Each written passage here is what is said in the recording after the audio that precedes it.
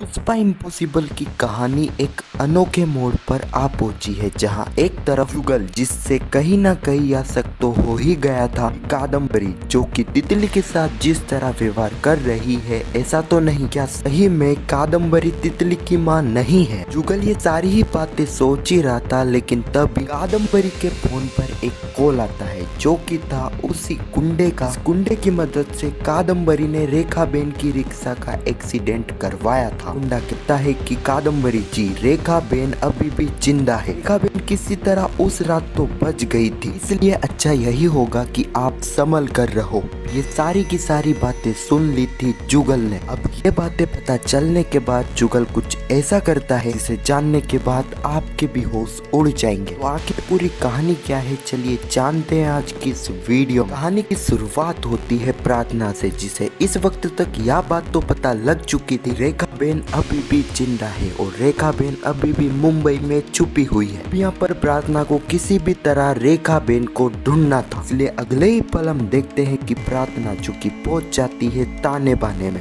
आखिरी बार रेखा बेन ताने बाने में ही छुपी हुई थी। प्रार्थना पूरी पुलिस टीम के साथ पूरे ताने बाने की छानबीन करती है। पहले तो प्रार्थना को कुछ भी नहीं मिलता है, लेकिन थोड़ी देर बाद प्रार्थना के हाथ एक ऐसा सबूत लग जाता है जिसे बिना देरी करे प्रार्थना उठाकर ले जाती है। अगले ही पल हम तितली और जुगल को देखते हैं। दीप्ति जो कि तितली को काफी अच्छे से रख रही थी, लेकिन ये सारी चीजें देख लेती है कादम्बरी। कादम्बरी को यह बात काफी अच्छे से पता है कि अगर यहाँ पर तितली इसी तरह दीप्ति के साथ ऐसे ही घुल मिलेगी, तितली को एक ना एक दिन यहाँ पता लग जाएगा कि उसकी असली माँ दीप्ति ही है। ऐसा तो कादम्बरी होने नहीं देगी, इसलिए हम देखते हैं कादम्बरी जो कि सीधे जाती है दीप्ति के पास और उसे यह कह देती है कि तुम इस तरह तितली को ऐसे नहीं रख सकती हो, वरना वो तुम्हारे लाड़ प्यार में बिगड़ जाएगी। इस वक्त तक वहाँ पर जुगल भी मौजूद रहता है। जुगल यहाँ पर कादम्बरी को रोकने की पूरी कोशिश करता है, लेकिन यहाँ पर कादम्बरी रुकती ही नहीं है। पर हम देखते हैं कि कादम्बरी जो कि दीप्ति को काफी कुछ सुनाती है और तितली को अपने साथ ले जाती है। अगले पल हम देखते हैं कि जुगल जो कि सीधे जाता है कादम्बरी के पास से कहता है कि कांची ये तू क्या कर रही थी, तुझे पता भी है। कहीं ना कहीं जुगल को कादम्बरी का यह व्यवहार देखकर ऐसा लग रहा था कादम्बरी ऐसा व्यवहार इसलिए कर रही है क्योंकि जब से रेखा बेन ने तितली को यह कहा है कि कादम्बरी उसकी असली माँ नहीं है, इसके बाद ही कादम्बरी ये सारी ही चीजें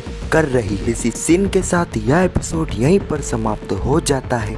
आने वाले एपिसोड में हम देखने वाले हैं कि एक बार फिर से यहाँ पर कादम्बरी जो कि दीप्ति के ऊपर काफी ज्यादा गुस्सा होने वाली है, यहाँ तक कि कादम्बरी तितली के ऊपर हाथ भी उठाने लगेगी। लेकिन उस वक्त वहाँ पर जुगल और पुष्पा भी मौजूद रहेंगे। अगले ही पल हम देखेंगे कि कादम्बरी जिसके फोन पर उस गुंडे का कॉल आएगा, जिस गुंडे की मदद से कादम्बरी ने रेखा बेन का एक्सीडेंट करवाने की कोशिश करी थी, कादम्बरी का फोन उठा लेगा जुगल। अब यहाँ पर वह गुंडा सारी ही बातें कहेगा कि कादम्बरी जी, रेखा बेन अभी भी जिंदा है और पुलिस रेखा बेन को ढूंढ रही है और ऐसा रहेगा तो पुलिस आप तक भी पहुंच जाएगी, इसलिए आपको संभल कर रहना होगा। ये बात कादम्बरी ने तो नहीं बल्कि यहाँ पर जुगल ने सुन ली थी। तो यही कुछ कहानी है जो कि आने वाले एपिसोड में हमें देखने को मिलेगी। खैर आपको यह वीडियो कैसी लगी कमेंट में जरूर बताना। पुष्पा इम्पॉसिबल के आने वाले एपिसोड की ऐसी वीडियो के लिए चैनल को सब्सक्राइब अवश्य करना। जब तक के लिए धन्यवाद।